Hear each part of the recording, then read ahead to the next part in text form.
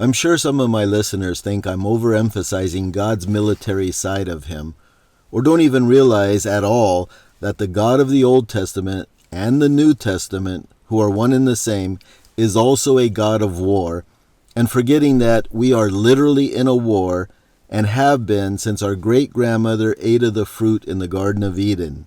In fact, you, a Christian, are even mentioned in the Bible many times, in a group sense, as his warriors, spiritually and physically.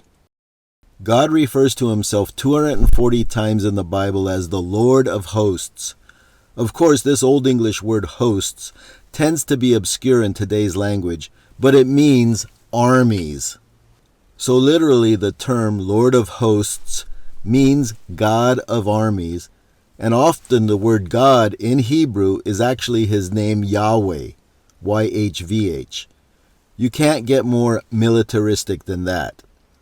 A similar title throughout the Bible is God of Hosts, which occurs 9 times. Another title is Lord God of Hosts, listed 25 times. That's 274 times so far that God is described as the commander-in-chief of the armies.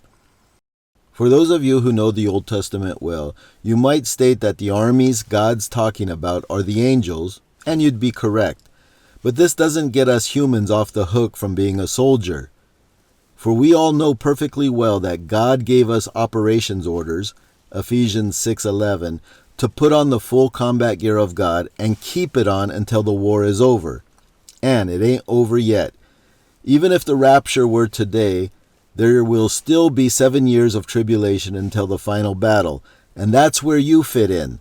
That's when Jesus Christ leads his armies into war, and you're right behind him, which is clearly described in Revelations 19:11.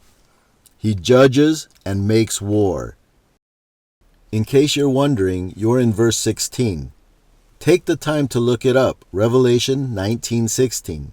So, this program you're listening to, Warrior Wisdom, is not a square peg trying to be forced into a round hole, but it's all about making you, an untrained or unmotivated soldier, hence weak, into a strong one.